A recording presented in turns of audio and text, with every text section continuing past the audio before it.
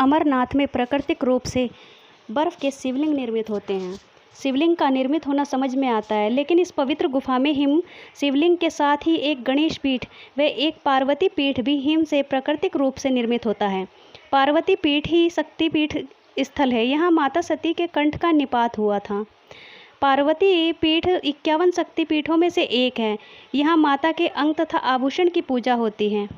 ऐसे बहुत से तीर्थ हैं जहाँ प्राचीन काल में सिर्फ साधु संत ही जाते थे और वहाँ जाकर वे तपस्या करते थे।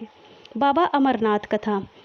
इस पवित्र गुफा में भगवान शंकर ने पार्वती भगवती माता को मोक्ष का मार्ग दिखाया था। इस तत्व ज्ञान को अमरनाथ कथा के नाम से जाना जाता है, इसलिए इस स्थान का नाम अमरनाथ पड़ा।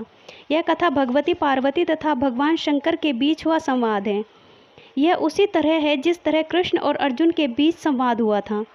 बाबा अमरनाथ की कथा। सती ने दूसरा जन्म हिमालय राज्य के यहाँ पार्वती के रूप में लिया। पहले जन्म में वे दक्ष की पुत्री थी तथा दूसरे जन्म में वे दुर्गा बनी। एक बार पार्वती जी ने शंकर जी से पूछा, मुझे इस बात का बड़ा आश्चर्य है कि आपके गले में नरमुंड माला क्यों है।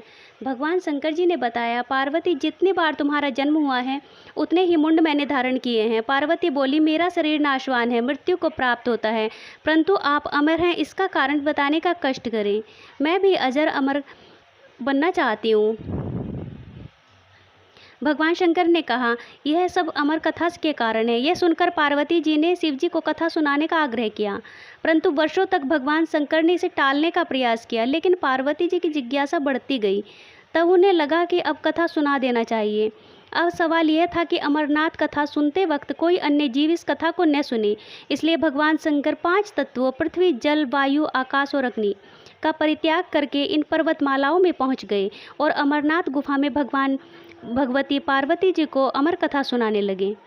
अमरनाथ गुफा की ओर जाते हुए वे सर्वप्रथम पहलगांव पहुँचे, जहां उन्होंने अपने नंदी बैल का परित्याग किया। तत्पश्चात चंदनवाड़ी में उन्होंने अपनी जटा केसों से चंद्रमा को मुक्त किया। शेषनाग नामक झील पर पहुंचकर उन्होंने अपने गले के सर्पों को भी उतार दिया। अपने प्रिय पुत्र गणेश जी को भी उन्होंने महागुनस पर्वत पर छोड़ देने का निश्चय किया। फिर पंचतरणी पहुंचकर शिवजी ने 5 तत्वों का परित्याग किया। सब कुछ छोड़कर अंत में भगवान शिव ने इस अमरनाथ गुफा में प्रवेश किया और पार्वती जी को अमर कथा सुनाने लगे। सुखदेव जब भगवान शंकर इस अमृत ज्ञान को भगवती पार्वती को सुना रहे थे तो वहाँ एक शुक हरा कटफोड़ुआ या हरी कंठी वाला तोता का बच्चा भी यह ज्ञान सुन रहा था। पार्वती जी कथा सुनने के बीच बीच में हुंकारा भरती थी। पार्वती जी को कथा सुनते सुनते नींद आ गई और उनकी जगह वहाँ पर बैठे हुए शुक ने हुंकार भरना आरंभ कर दिया।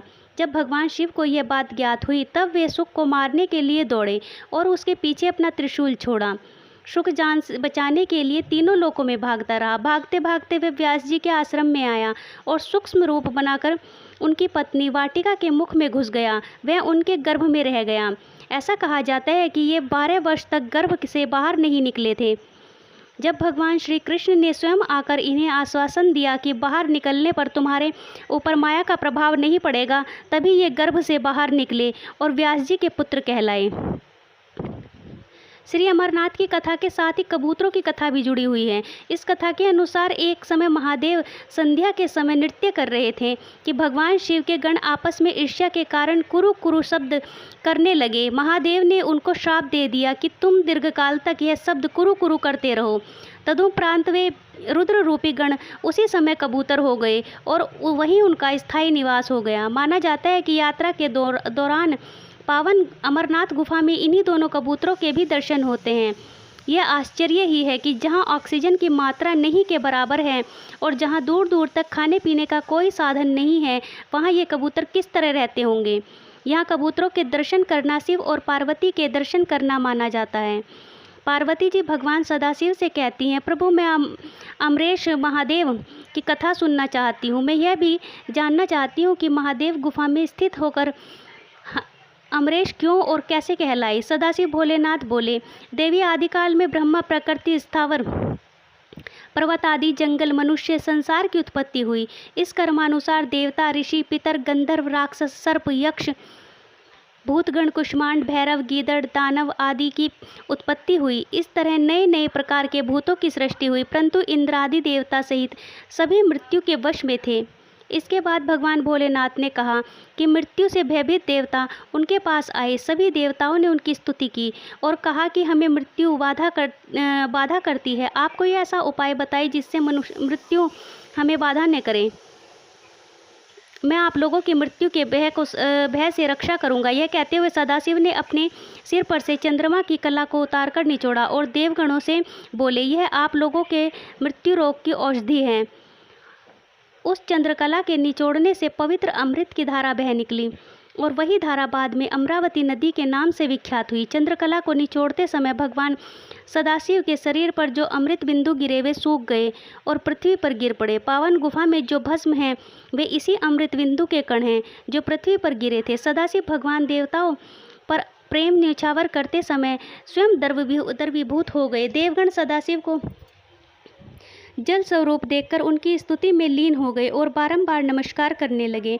भोलेनाथ ने देवताओं से कहा, हे देवताओं, तुमने मेरा बर्फ का लिंग शरीर इस गुफा में देखा है। इस कारण मेरी कृपा से आप लोगों को मृत्यु का भय नहीं रहेगा।